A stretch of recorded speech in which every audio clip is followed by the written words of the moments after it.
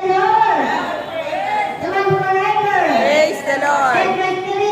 Yahweh Shaddai. God is good. All the time. All the time. God is good. Palapakan natin ang Panginoon. Praise Yahweh. Hallelujah. Hallelujah. Ayan. Amen. Napakabuti ng Diyos. Amen. Dahil kahit na umuulan, kahit na may bagyo, tuloy. Amen. Tuloy ang ligaya.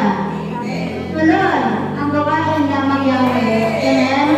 Hindi nagtitina ang mga anak ni Amang Yahweh. Amen ba? Palapakan ko natin Praise Yahweh. Yeah. Amen.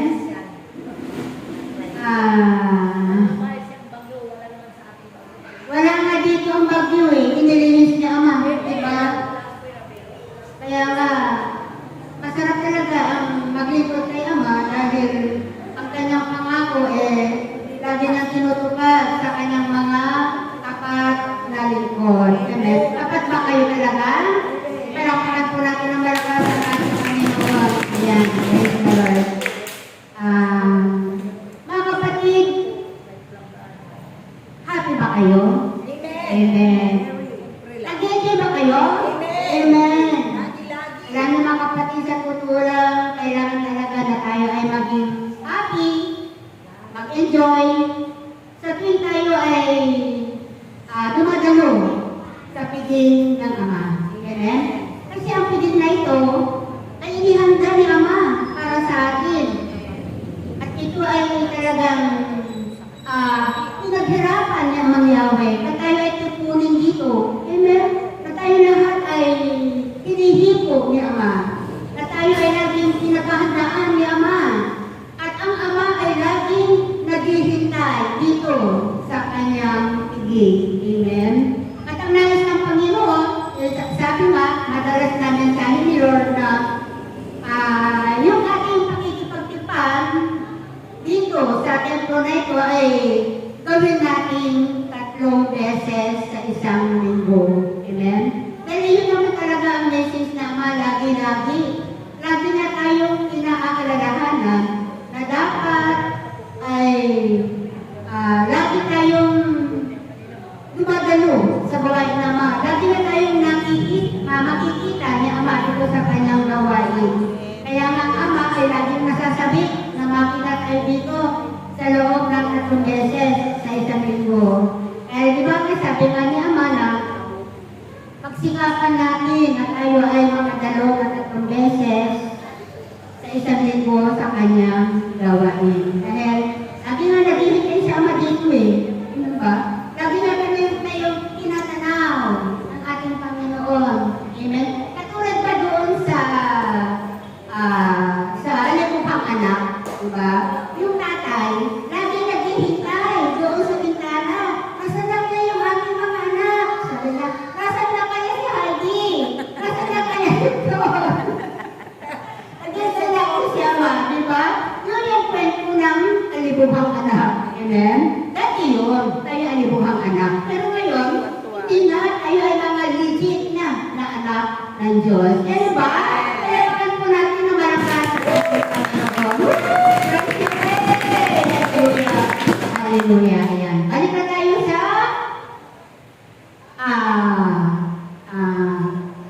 dito sa ating topic ngayon.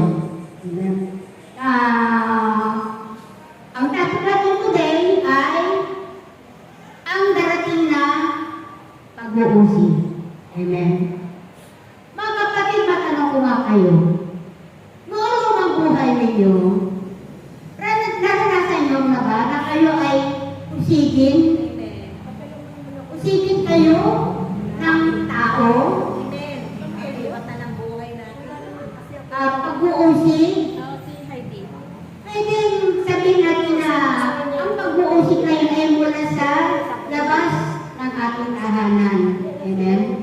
Labas ng tahanan, meron din ba mga tao na umuusig sa atin sa labas ng ating tahanan? Meron ba? Naranasan natin na kayo usigin?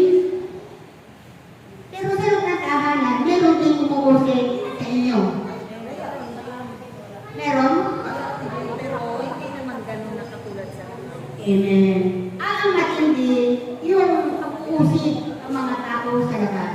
Amen. Pero yung mga ganong bagay, hindi maiwasan. Amen.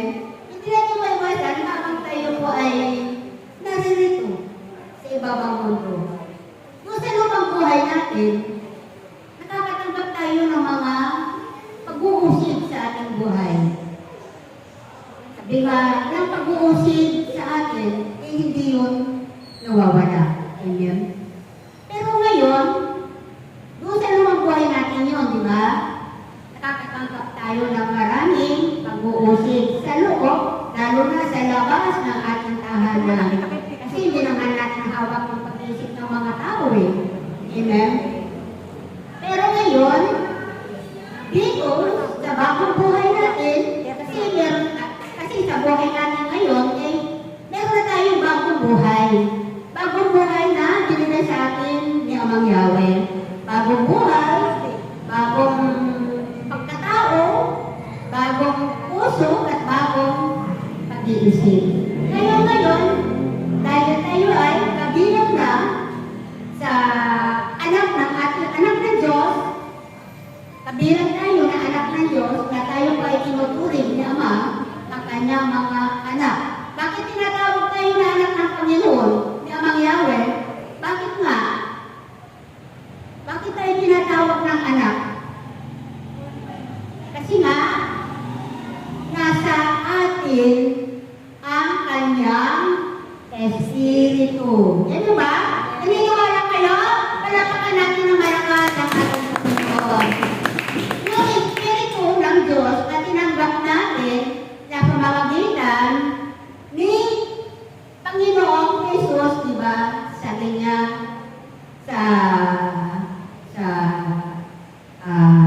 John 4 ba yun? John 1:4 na huwag mo na kayong aalis sa Jerusalem. Antayin ninyo roon ang pinangako ng Ama na sinabi ko na sa inyo. Nagbabautismo nga si Juan, ngunit hindi na magtatagal at babautismohan kayo ng Espiritu Santo. Ibigyan niya kayo ng kapangyarihan. Ibig sabihin, doon sa pagkakalob ng Diyos sa atin, ng bautismo sa Espiritu Santo, yun na yung katibayan na tayo ay mga lehitimong mga anak ng Diyos. Kasi nasa atin yung kanyang Espiritu. Amen? Na kay Jesus, na sa atin naman na tinawag, pinili at pinilang ng Diyos bilang kanyang mga tagasunod ni Kristo. Amen ba? Palapakan po natin ng malakas ang ating Panginoon. Ngayon, mga kapatid, tayo, sa pamagitan po ng banal na Espiritu ng Panginoon, meron na tayong bagong buhay. Bagong pagkatao, bagong isip, bagong puso. Amen? At ngayon, sa buhay natin ngayon, meron pa ba kayong, nararanasan niyo pa rin ba na kayo ay usigin ng mga tao? Nakakaranas pa rin ba kayo ng pag-uusig ng mga tao? Kasi narito na kayo sa pag-uusig sa Panginoon. Meron pa rin po. Meron pa din. Ay doon sa loob ng ating tahanan, Pamilya, isa na pamilya. meron pa din na umuusig. Meron pa din mga pag-uusig na hindi natin alam na dumarating yung mga pag-uusig na yun sa buhay natin. Yun ay, biglang dumarating lamang yun sa buhay natin na hindi natin alam. Doon sa lumang buhay natin, kapag tayo po ay inuusig ng ating kapwa, di ba nasasaktan tayo? Di ba masakit? Di ba nararamdaman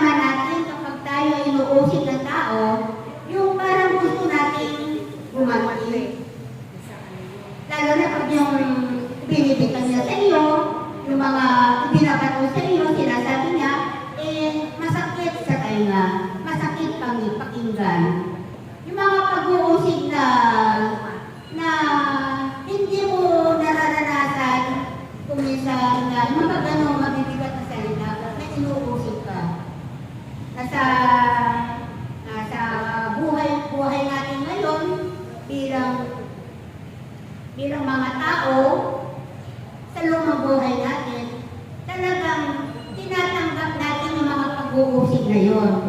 Tinatanggap natin bilang tao kasi doon sa mga bagay na binabato sa atin, naging mahina pa tayo. Amen? Tinatanggap natin lahat at binibigyan natin ng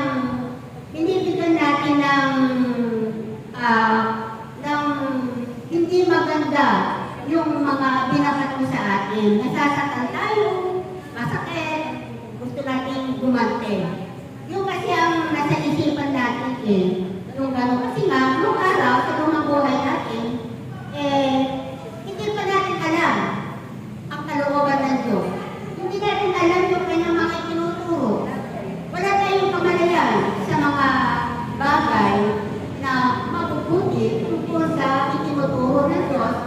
Mga bagay na mabubuti na kalooban ng ating Panginoon. Ganun tayo doon sa lumang buhay natin. Mahina tayo sa mga ganong bagay. Kasi nga doon araw, sabi nga, kapag sinaktan ang kalooban mo, gusto natin gumante,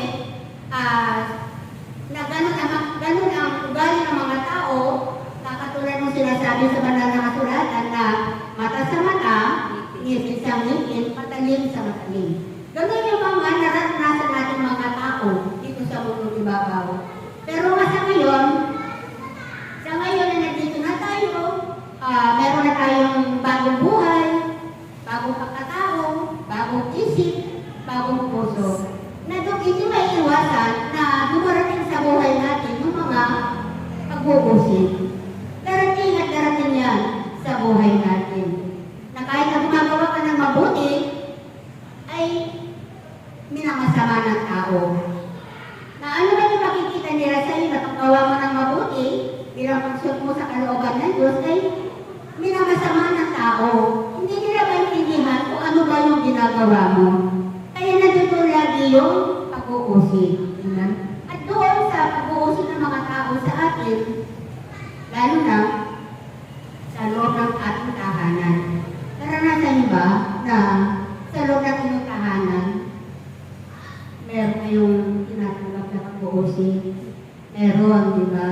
Kasi sabi nga ng Panginoon, bilang tayo mga lingkod na Diyos, bilang tayo mga tagasunod ni Kristo, di ba sabi ng Panginoon sa kanyang mga alagad, na nung sila ay tinuturoan niya, sabi ng Panginoon, na walang alagad na higit sa kanyang guro. At walang alipin na higit sa kanyang Panginoon. Amen? Kaya yung salita na yun ng Panginoon ay ating nararanasan ngayon sa buhay natin bilang tayo mga tagasunod ni Kristo. Ano ba? Naniniwala kayo? Palakpakan po natin na malakas ang ating Panginoon. Lahat ng nababasa natin sa banal na kasulatan ay totoo. Kasi nararanasan natin. Katulad niyan, ang sinasabi ng Panginoon na walang alagad na higit kaysa kanyang guro at walang alipin na higit sa kanyang Panginoon. Yun bilang tayo mga lingkod ng Panginoon ay nararanasan natin yan. Lalo na, okay lang, sa labas ng tahanan natin, okay lang, kahit ano ibato nila sa atin, hindi natin yun masyadong tinatanggap. Kahit na ano ibato nila sa iyo na masasakit, hindi natin gano'n yung tinatanggap. Hindi natin ito masyadong dinaramdam. Unlike nung nakaraan sa lumang buhay natin, ay nasasaktan tayo, masakit, gusto natin gumante. Ganun yung kalooban natin, di ba? Pero ngayon, at narito na ngayon, sa bagong buhay natin, bagong katao natin, kapag gumarating ng gano'n sa buhay natin, lalo na sa loob ng tahanan, sabihin natin ang totoo, medyo nasasaktan ka, diba? Merong nasasaktan ka, kasi doon sa binabato nila sa iyo, na talagang namang hindi ito original na nangyayari kung totoo. Kasi may mga tao, sabi na lang, ang mga tao, may mga pagkakamali din. Hindi pwedeng hindi ka pagkakamali. Kasi takot mahina pa di ba? Meron pa pala kahinaan, di ba? Sabi nga, wala pa tayong helo sa ulo natin, di ba? Bilang tao, dumarating din sa atin yung pagiging human nature natin. Di ba? Palapakan po natin na malakas sa ating Panginoon. Alam nyo talagang yung ganung nangyayari sa buhay natin bilang lingkod ng Panginoon, totoo naman, na tayo pa ay binago na ng Diyos. Totoo naman na yung mga ugali natin noong araw at saka ngayon ay unti-unti na itong inalis ng Panginoon. At unti-unti na itong binubura sa kaisipan natin yung mga bagay na hindi kalooban ng ating Panginoon. At ngayon, yung mga binabato nila sa atin ay hindi na natin ito masyadong pinapansin. Hindi natin ito tinatanggap sa ating kalooban. Bakit? Kasi alam natin alam natin yung utos ng Diyos. Alam natin yung itinuturo sa atin ng Panginoon. Alam natin kung ano ang kalooban ng Diyos sa atin. Bilang kanyang mga tagasunod ni Kristo. Hindi ba? Kaya tayo, bilang tagasunod ng Panginoon, alam natin na hindi natin dapat patulan yung mga taong umuusig sa atin kasi bakit hindi natin sila kaliber. Naniniwala kayo? Alapakan po natin na malakas ang ating Panginoon. Hindi natin sila kaliber. Amen? Kasi sila, hindi sa nakikinig ng salita ng Diyos, sila, kulang pa. Sila, mahina pa yung kanilang pananampalataya. Amen ba? Mahina yung kanilang pananampalataya, hindi sila nakikinig ng salita ng Diyos, hindi katulad sa atin na araw-araw nakikinig tayo ng salita ng Diyos. Amen sila, wala pa silang kamalayan tungkol sa itinuturo ng Diyos. Wala silang kamalayan doon sa mga iniuutos ng Diyos. At wala silang alam kung ano ang kalooban ng Diyos. Palapakan po natin ang malakas at ating Panginoon. Praise Yahweh! Praise Yahweh! Hallelujah! Ayan. Totoo yun, mga kapatid. Kabilang tayo ay mga tagasunod ni Kristo, ang kailangan natin gawin kapag tayo po ay inuusig at kapag tayo po ay binabato ng mga kapwa natin ay ang kailangan dito, ang ibato natin sa kanila ay pag-ibig. Amen? Tayo po, kung tayo po ay binabato ng garapon, ang ibabato natin sa kanila, pinakay with mating palaman. Eh ba?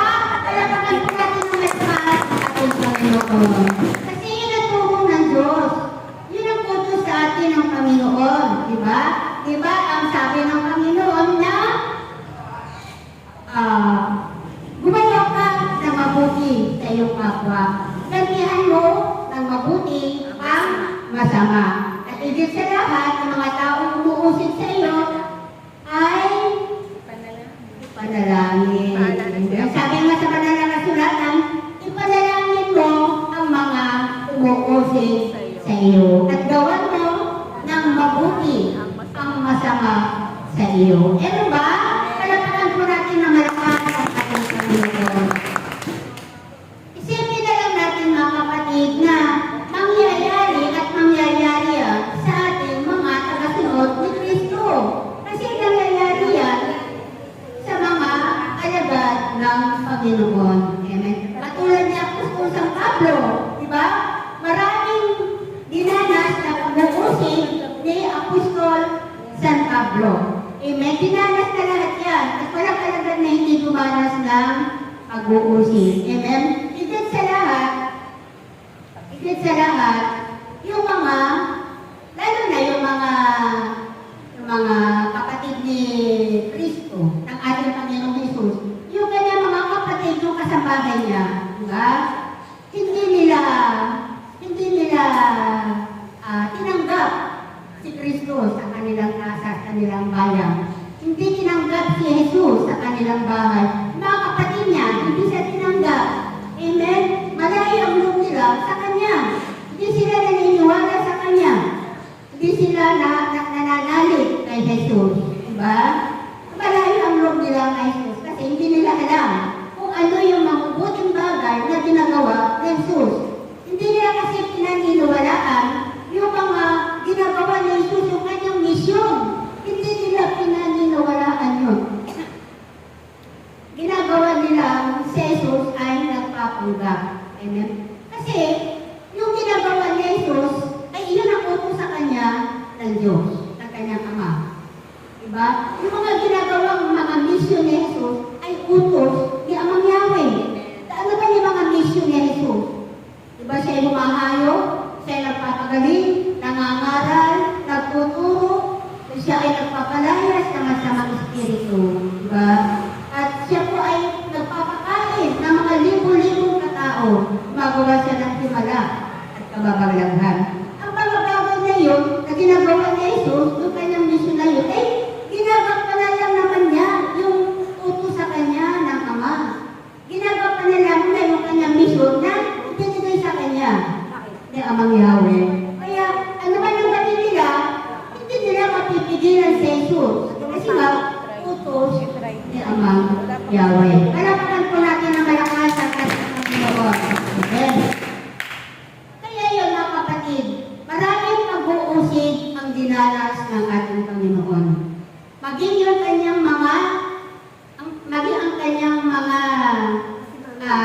alagad. Di ba? Maraming alagad ang ating Panginoong Jesus. Umabot yata ng 120 yung kanyang mga alagad doon. Dahil nga po sila nakikita nila si Jesus, nakikita nila na yung mga sinasabi ni Jesus, hindi nila pinaniwalaan. Nagkaroon sila ng pag-aalilangan doon sa mga pinapahayag, sinasabi ni Jesus sa mga tao. Kaya nagkaroon sila ng pag-aalilangan kay Jesus. Kaya yung mga ibang alagad ng Panginoon ay umalis sila. At maraming umalis dahil wala silang tiwala sa ating Panginoong Jesus. Hindi sila naniniwala at nananalig sa ating Panginoong Jesus sa kanyang mga sinasabi. Sinasabi nila, kasinungalingan yan, hindi totoo yan. Ano na sinasabi ng mga tao, yung mga alagad niya? Sabi nila, matatanggap niyo ba yan, yung sinasabi ng yan? Hindi tama yan. Nagpapanggap lang yan, sinabi ng mga alagad niya. Yung mga 120 yan na mga alagad ng Panginoon. At ngayon sila ilan na lamang ang natitira sa mga alagad niya. Yung talagang pinili ng Diyos, yung mga talagang sumusunod kay Kristo, ay yun lamang 12 alagad ng Panginoon. Yun lamang yung natira. Sa dami-dami ng mga alagad niya noong una, ay 12 na lamang ang natitira. At ano yung mga binigyan ng Panginoon? Yung pinili niya ng maging disipulo niya, pinigyan niya ng kapangyarihan. Eh, ba? Palapagin po natin ang malakas ng at lalo na, mga kapatid, katulad ng mga Pariseo, mga kulto. Araw-araw nakikita nila yung mga mabubuting bagay na ginagawa ni Jesus. Araw-araw nakikita nila kung ano yung mga ginagawa ni Jesus. Pagpapagaling, pagpapalas na sa mga espiritu. Maraming mga mabubuti, maraming mga himala na ginagawa ni Jesus. Pero anong sinasabi nila kay Jesus? Kung maniwala kayo dyan, ang ni Satanas. Kung maniwala kayo dyan, ang prinsipe ni Beelzebul, diba? Nagpapangat siya na anak ng Diyos. Hindi naman totoo yun. Amen? Sa yung anak ng Diyos na bumabango na sa Diyos, hindi totoo yan. Sinasabi nila, amen? Pero lahat ng iyan ay tinanggap lang ng Panginoon kasi alam niya na walang katotohanan yung mga binibintang sa Kanya. Na sabi nila, nagpapanggap lang yan na anak ng Diyos. Amen? Hindi na naman tanggap na anak ng Diyos si Jesus. At maging si Herodes at si Pilato, hindi sila naniniwala kay Jesus, di ba? Nilitis ang ating Panginoong Jesus dun sa hukuman ni Herodes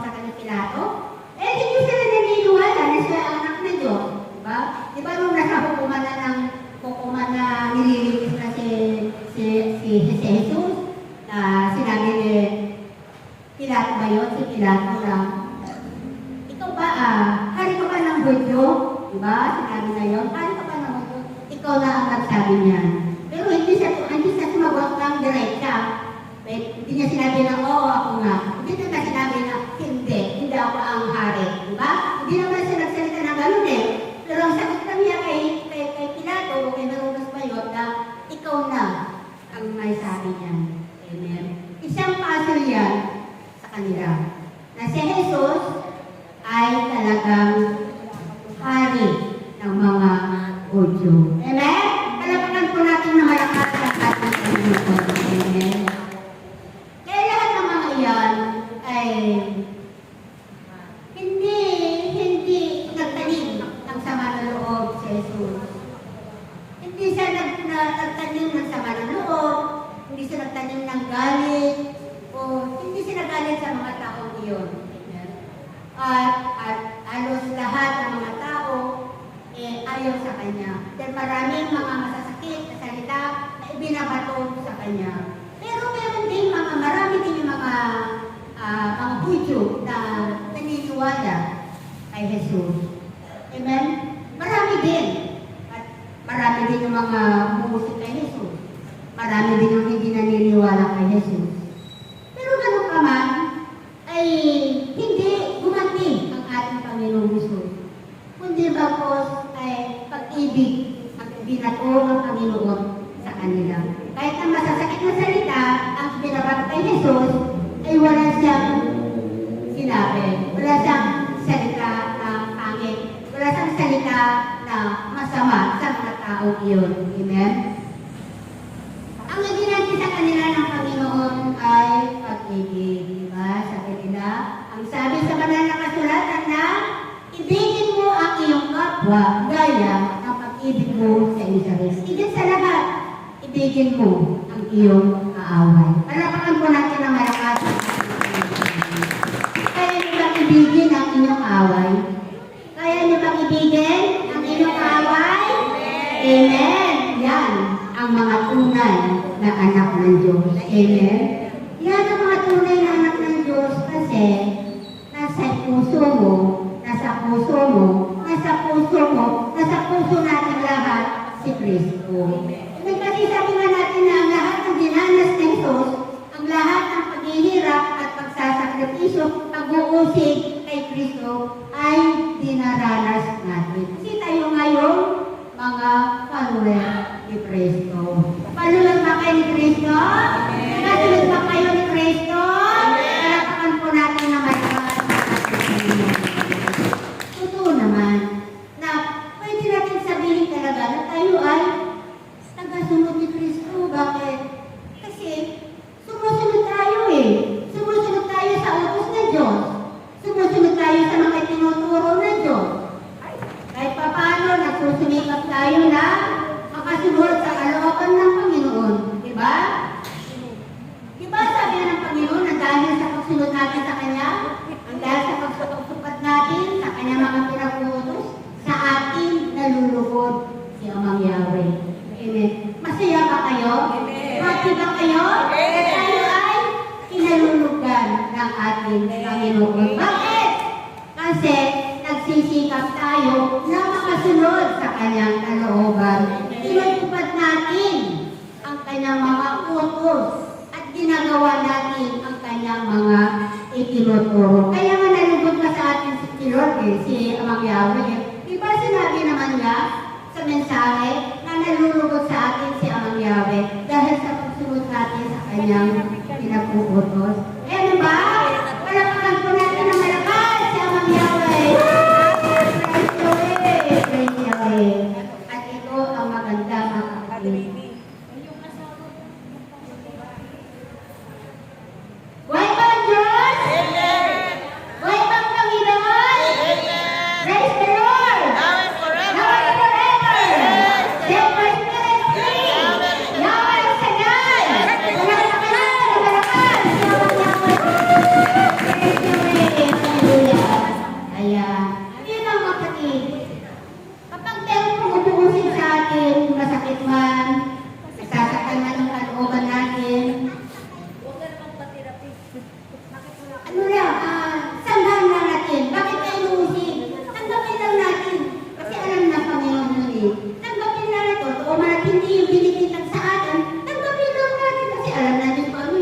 katotohanan, truth, the truth will set you free. Amen? Ang katotohanan ang siyang magpapalaya sa atin. Amen? Kasi alam na Panginoon talaga kung totoo o hindi yung binibitag sa atin. Kung totoo, tanggapin mo, alam mo totoo yun diba? Ngayon, kung hindi naman, pwede bahala na si Lord na humatol sa bawat isa sa atin, diba? Sabi niya, huwag kayong humatol para hindi kayo hatulan ng Diyos. Huwag kayong magparusa para hindi kayo parusahan ng Diyos. Mahirap yun. Kasi gagawin talaga ng Diyos yun sa atin. Kahit tayo mga lingkod ng Panginoon. Amen? Kaya nga, mga kapatid, bakit tayo binabato? Bakit tayo inuusin? Kasi mabuhan tayo. Mabuhan na kasi ang set by spirit. Diba?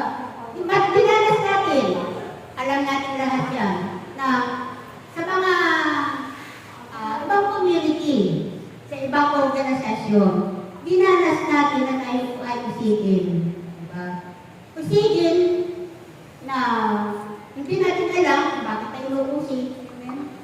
Pero sabi nga ng Panginoon na huwag tayong gumanti sa pag-uusig sa atin. Diba sabi ng Panginoon, huwag kayong gumanti. Pag-ibig ang ganyan niya sa kanila sapagkat nasa akin ang paghihiganti. Ano ba? Naniniwala kayo? Akin ang paghihiganti. Huwag kayong gumaganti. Amen. Yun ang puro sa atin ng Diyos. Amen. At yun nga ang gusto ng Panginoon, yun ang kalooban ng Panginoon na tayo ay sumunod sa kanyang mga itinuturo sa atin. Sumunod tayo sa kanyang pinag-uutos. Kasi yun ang importante. Paano ka pagpapalain ng Diyos kung hindi ka sumusunod sa kanyang pinag-uutos? Paano tayo pagpapalain ng Panginoon kung hindi naman natin ginagawa yung kanyang itinuturo sa atin? Paano tayo pagpapalain ng Panginoon? Kung hindi naman tayo sumusunod sa kanyang kalooban, wala tayong mapapala. Kung nagiging pasaway tayo, hindi tayo sumusunod sa kalooban ng ating Panginoon. Palapakan po natin na may kaya mga kapatid, ang ating Panginoong Jesus, ang lahat ng pagdudusta, ang lahat ng pagpapakahirap sa Kanya, lahat ng pag-uusig, pagkaalikusta, ay tinanggap lahat niya ng ating Panginoon nang hindi siya bumabanti sa mga tao. Kaya nga, tayo, pagkarmat tayo ng ganong karanasan, ay huwag tayong gaganti. Sapagkat meron tayong Diyos na siyang gaganti para sa atin. Palapakan po natin ang malakas sa ating Panginoon. At doon sa mga ginagawa ng mga tao sa ating Panginoong Jesus, lalo na noong ang ating Panginoong Jesus ay pinako sa krus. Ang ating Panginoong Jesus ay nakabayubay sa krus. Naroon yung mga tao. Pinapanood ang ating Panginoong Jesus. Na habang nakabayubay siya, pinapanood siya ng mga tao, ng mga Hudyo, ng mga Pariseo. Pinagtatawanan siya at nilalangit siya ng mga tao na yun. Pero ano ang sabi sa kanila ng ating Panginoon? Ano ang ginanti ng Panginoon sa kanila? Alam ng Panginoon kasi na siya ay pinagtatawanan, na siya ay inuusig, na siya ay inaalipusta. Alam ng Panginoon yung ginagawa ng mga tao sa Kanya. Pero ano ang ginanti sa kanila ng Panginoon nung siya ay nakabayubay? Tama. Ang sabi ng Panginoon, habang nakatitig siya sa mga tao na yun, na ang mga mata ng Panginoon ay habag siya sa mga tao na nanonood, mga taong naninira, mga taong umaalipos at umuusig sa kanya. Naroon lahat sa kanyang harapan. Parang tuwang-tuwang na sila na makita ang ating Panginoon na nakabayubay sa krus. At ano ang ganti ng Panginoon sa kanila? Sila ay ipinanalangin ng ating Panginoon. Anong panalangin ni Jesus? Sabi niya, tumingala sa langit, Ama ko, patawarin mo sila sapagkat hindi nila alam ang kanilang ginagawa. Amen ba? Palapakan natin ng malakas ang ating Panginoon. Ito lang ang ginawa ng ating Panginoon. Kung siya po ay nakabayubay sa krus. Kapag nakapangay siya sa mga tao, naaway siya sa mga ato, tinitingnan lang sila ng Panginoon. Kaya pag-ibig ang ginagawa ng Panginoon sa mga tao, umuusi, makalipusta sa Kanya. Ano ba? Ano ba? Praise the Lord! Pinapanahin ang ating Panginoon.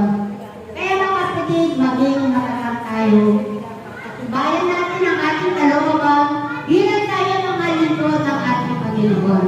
Kasi tayo, lingkod ng Panginoon, ay yung mga tao na umaalipos na sa atin, mga tao na umuusig sa atin, mga tao nagsasalita ng masama sa atin, okay lang yun. Okay lang, huwag natin silang papatulan sapagkat hindi natin sila alipor. At doon sa mga nagaganap sa buhay natin na pag-uusig, pagpapahirap, pag-alipos na sa atin ng mga tao, ipanalangin natin lahat ang mga tao na yun. Amen? At huwag tayo panghihinaan ng loob. Huwag tayo panghihinaan ng loob at huwag tayong tatalingin sa Diyos ng dahil lamang sa mga pagsubok na yan sa buhay natin, ay huwag tayong tatalikod sa Diyos. Amen? Huwag natin masyadong intindihin yung mga taong nagbibigay sa atin ng problema. Amen? Huwag natin papatulan yung mga taong nagbibigay sa atin ng problema. Ipanalangin natin sila at balang araw sila lahat ay babaguhin. Babaguhin ni Amang Yahweh. Palakpakan natin ng malakas ng ating Panginoon. Kaya mga kapatid, huwag tayo ng hinaan ng loob. Umasal tayo sa Diyos. Kasi ang sabi ng Panginoon, ang manatiling tapat hanggang wakas ay siya lamang maliligtas. Ano ba? Ano ba?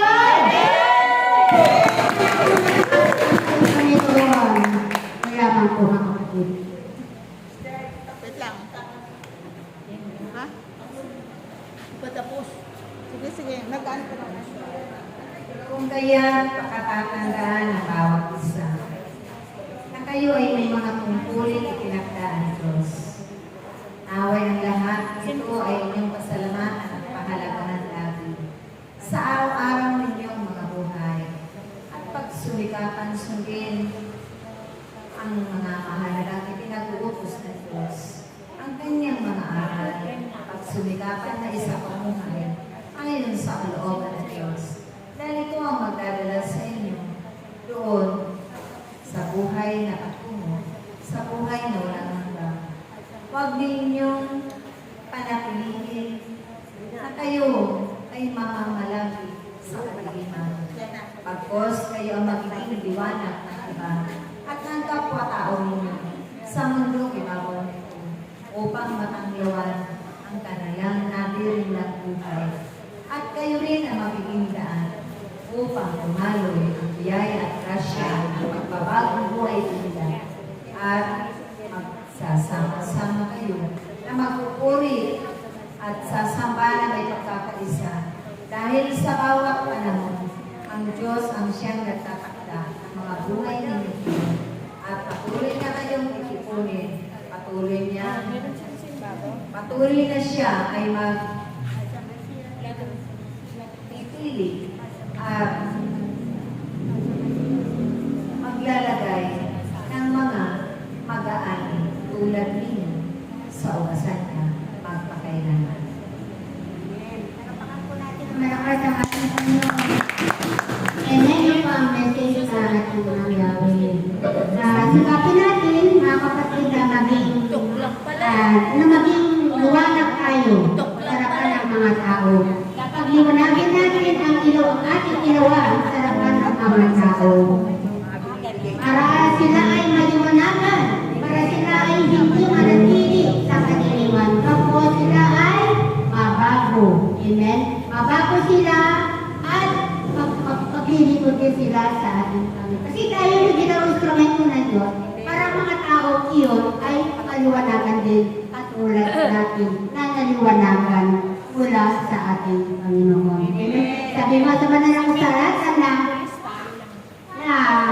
ang ating ilawan ay ilagay natin sa ibabaw ng takalan, huwag sa ilalim ng takalan para maliwanagan ang mga taong pumapasok sa tahanan. Amen ba? At huwag tayong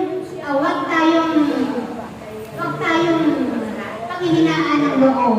Kundi bakit maging matatag tayo at maging matibay tayo sa ating buhay, pananampalataya at paglilingkod sa ating Panginoon. Amen! Palakpakan po natin ng malakas.